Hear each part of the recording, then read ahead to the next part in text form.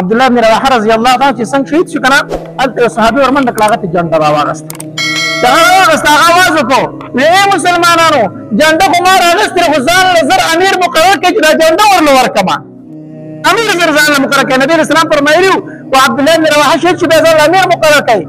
جنډه ما راغستې امیر ځان له مقرر کړي هغې ورته زمونږ د طرفه ته امیر ته امیر بس تا جنډه راغستې ته امیر هغې زه د دې طاقت نه لرم زه نشم کولی هغه دا جنډه زر راواغسته خالد بن ولید رضی الله عنه په لاس کې ورکړه خالد بن ولید په لاس کې ورکړه وایي ته د جنګ ماهر ډېر زیات یې دا جنډه ته سمبالولی شي خالد بن ولید رضی الله عنه جنډه واغسته خو زه دا نشم کولی ټول مسلمانانو ای خالد بن ولید زمونږ امیر ته یې زمونږ امیر ته یې دلته نبي علیه الصلاة وسلام منبر راوغوښتو چې منبر ته څنګه وخت که نه یو الله تبارک وتعالی پردې لرې کړه هغه د غزا میدان ته الله تبارک وتعالی مخې ته وداسي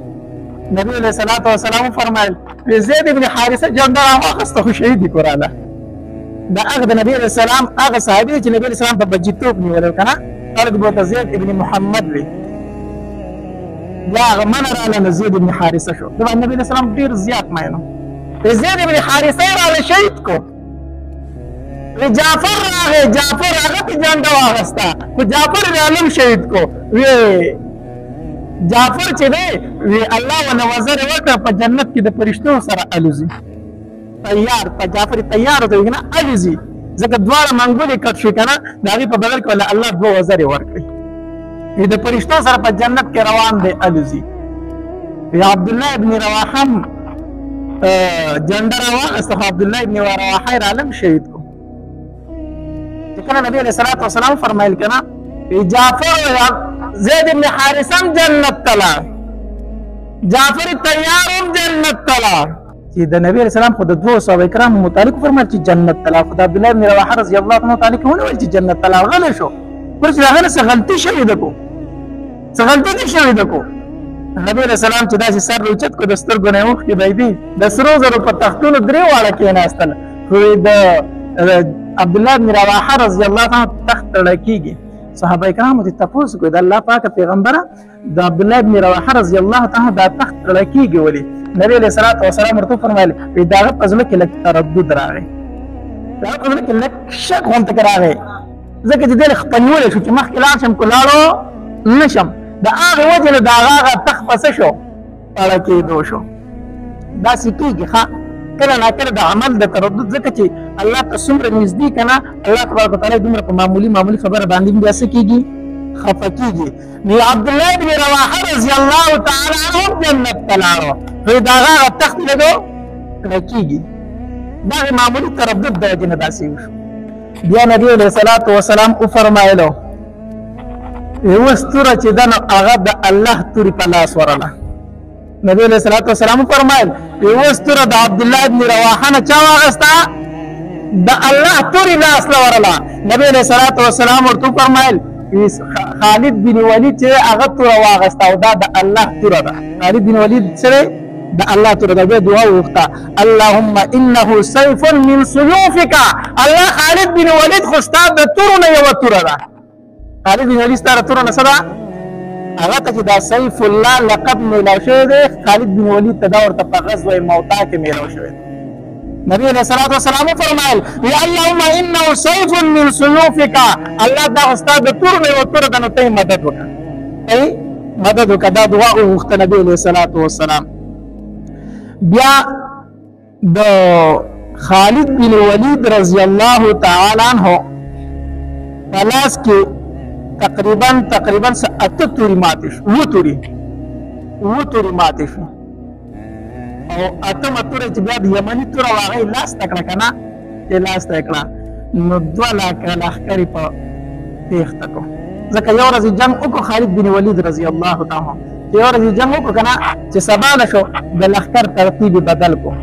مخکې چې کم کسانو هغه یې شاته راواړول شاتني چې کم کسانو هغه یې مخکې کړو دا ولې دا چل وکړو ځکه چې دا مخونه یې ناشنا کول هغوی ته نو چې کفارو ته هغه نوي مخونه سبا له مخامخ شو نو هغوی ویل د مسلمانانو د امداد دپاره خلک راورسېد د مسلمانانو د امداد دپاره خلک راورسېد هغه 2 لاکه لښکر یې څه کړو پسپاک او ویزغله دا یو غزا وه دا په تاریخ د اسلام کې ډېره یو عجیبه غزا راغلې ده چې 3000 کسانو 2 لکه کسان زغلولي دي او مال غنیمت یې راوړی دی 3000 کسانو 2 لکه کسانو ته په سپایي ورکړي هغه په تېښته باندې مجبوره کړي دي دا ولې دا څه وجه وه دا کم طاقت او په هغوی کې دننه چې هغې دومره بهادر وو طاقت صرف او صرف دا و چې د هغوی عقیده مضبوطه وه موږ وایو که نه جنت شته جهنم شته خو دا خبره د کم ځای پورې ده د ژبې د سره پورې د کوم ځای پورې ده د ژبې د سره پورې صرف په ژبه مو وایي جنت شته او جهنم شته دې خبرې دننه ځای نه دی نیولی خو چېرته دې دننه ځای ونیو نو بیا د مسلمان نه بهادر انسان په مخ د ځمکې نشته دی هغې ته فته وه چې موږ دغلته کې دا مرګ نه دی دا زموږ همیشه ژوند دی دغلته کې په دنیا کې مړه کېدل دا همیشه ژوند نه تللی دي دا د الله نعمتونه نه تللی دي د دې ځای نه واپس کېدل همیشه عذاب نه تللی د هغې د عقیده جوړه وه نن مسلمان وایي جنت شته جهنم شته خو دا صرف په ژبه باندې وایي په کردار او په عمل کې ورله هېڅ شی نشته دی هېڅ شی نشته دی زه تاسو ته خبره کومه یوه کنده ده ټیک شو او اور پکې بلیږي که نه او تا ته یو سړی وایي چې 10,000 روپۍ راکړه نو د دې اور نه بچ کېږي که نه ورکوم د دې ورته وایي 10,000 10 لکه وله خو دې اور ته مه موله داسې ده که نه ده ټیک شو اوس مونځ فرض دی که نه دی دا خو راته فکر چې مونځ خو پرېښود ځای خو کوم یو دی جهنم دی که نه جهنم دی که نه هر یو سړی پرې پوه دی چې مونځ پرېښودل ګناه کبیره ده او دې سره سړی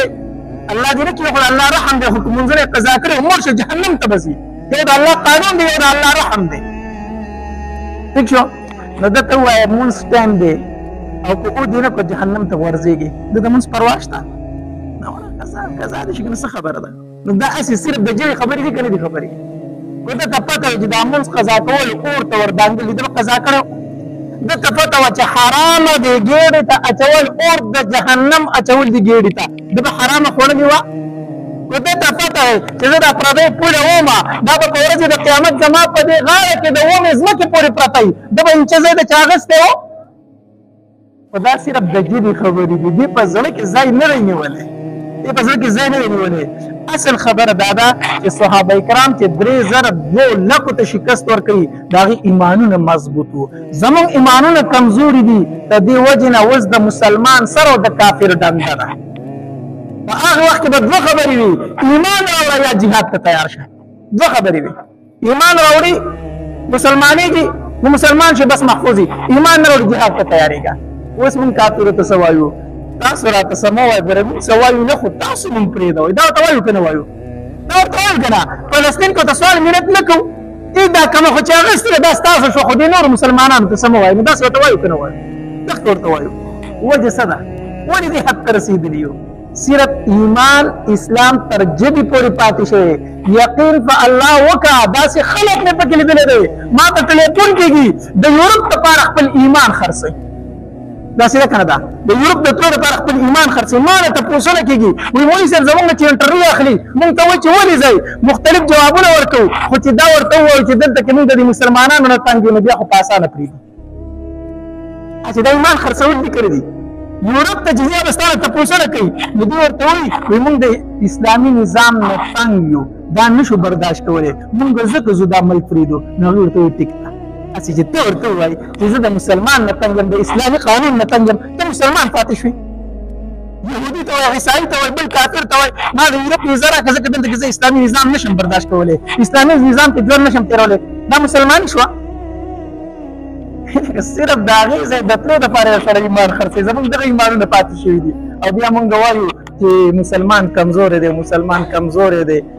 الله تبارک وتعالی دې زموږ په حال باندې رحم وکړي الله دې زموږ ایمانونه مضبوط کړي الله تبارک وتعالی دې زموږ په زړونو کې خشیت الهي کښېنوي د الله نه یره د الله نه یره د الله نه یره اصل شی دا دی د الله نه یره الله دې زموږ په زړونو کې د الله نه یره پیدا کړي واخر دعوانا ان الحمد لله رب العالمین